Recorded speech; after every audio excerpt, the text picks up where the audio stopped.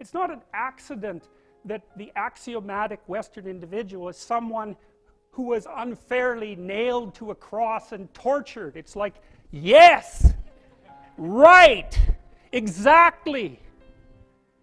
So what do you do about that? Well, I thought about that for a long time too. It's like, well, you don't get together in a damn mob, because all that does is allow you to be as horrible as you could possibly imagine and suffer from none of the consequences. That's a bad idea. So how about we don't do that?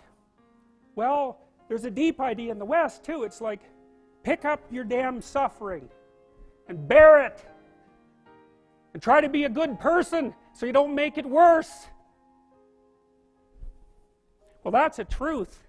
You know, I read a lot about the terrible things that people have done to each other. You just cannot even imagine it.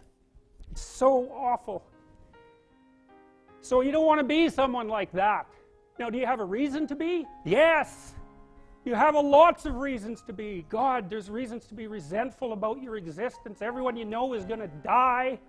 You know, you too. And there's going to be a fair bit of pain along the way, and lots of it's going to be unfair. It's like, yeah, no wonder you're resentful.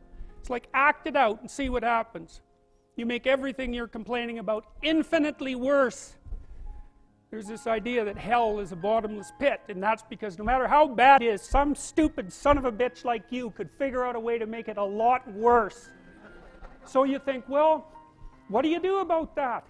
Well, you accept it. That's what life is like. It's suffering. That's what the religious people have always said. Life is suffering. Yes.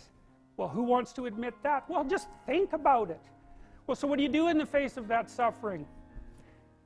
Try to reduce it. Start with yourself. What good are you? Get yourself together for Christ's sake, so that when your father dies, you're not whining away in a corner, and you can help plan the funeral. And you can stand up solidly so that people can rely on you. That's better. Don't be a damn victim. Of course you're a victim. Jesus, obviously. Put yourself together. And then maybe if you put yourself together, you know how to do that. You know what's wrong with you, if you'll admit it. You know there's a few things you could like polish up a little bit, that you might even be able to manage in your insufficient present condition.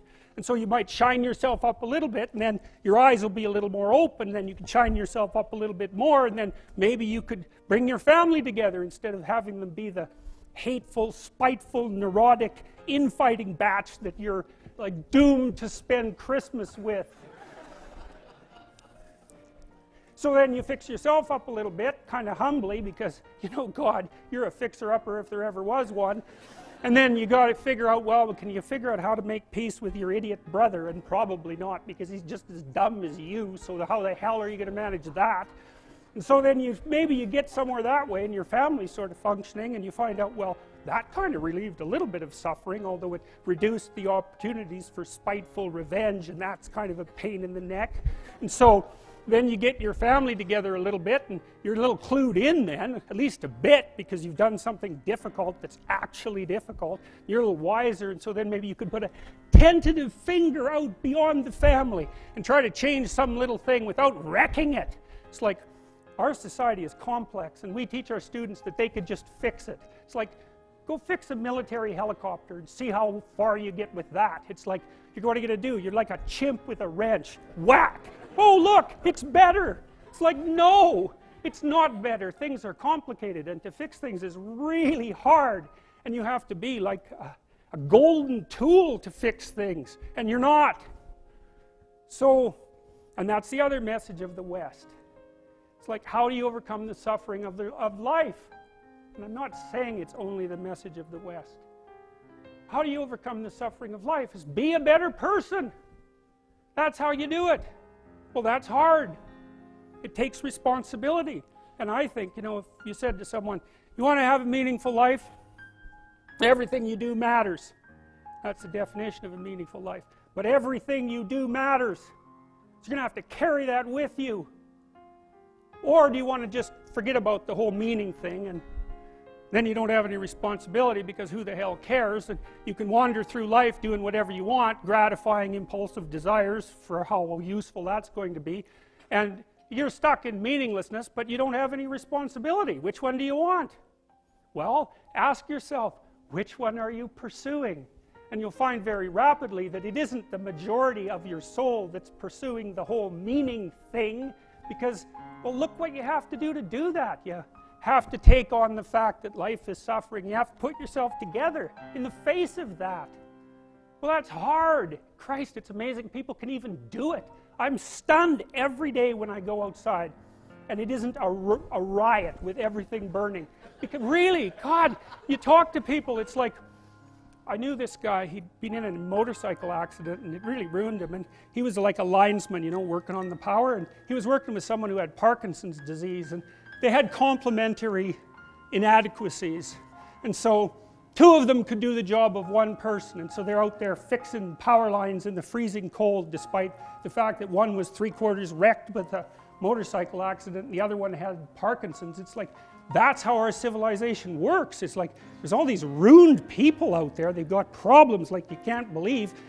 Off they go to work and do things they don't even like, and look, the lights are on. My God, it's unbelievable. It's a miracle. It's a miracle.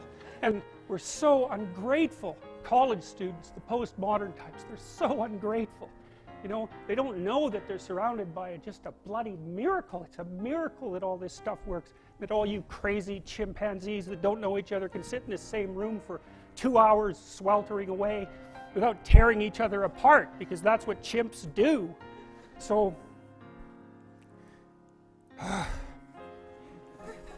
anyways, so what happened? Well, I made some videos and I got to the bottom of some things, at least as far as I can tell, so I told you what the bottom is, and then I got this idea about what you might do about it, which isn't my idea.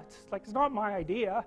It's an old idea. It's far older than Christianity. It's old. It's the oldest story of mankind.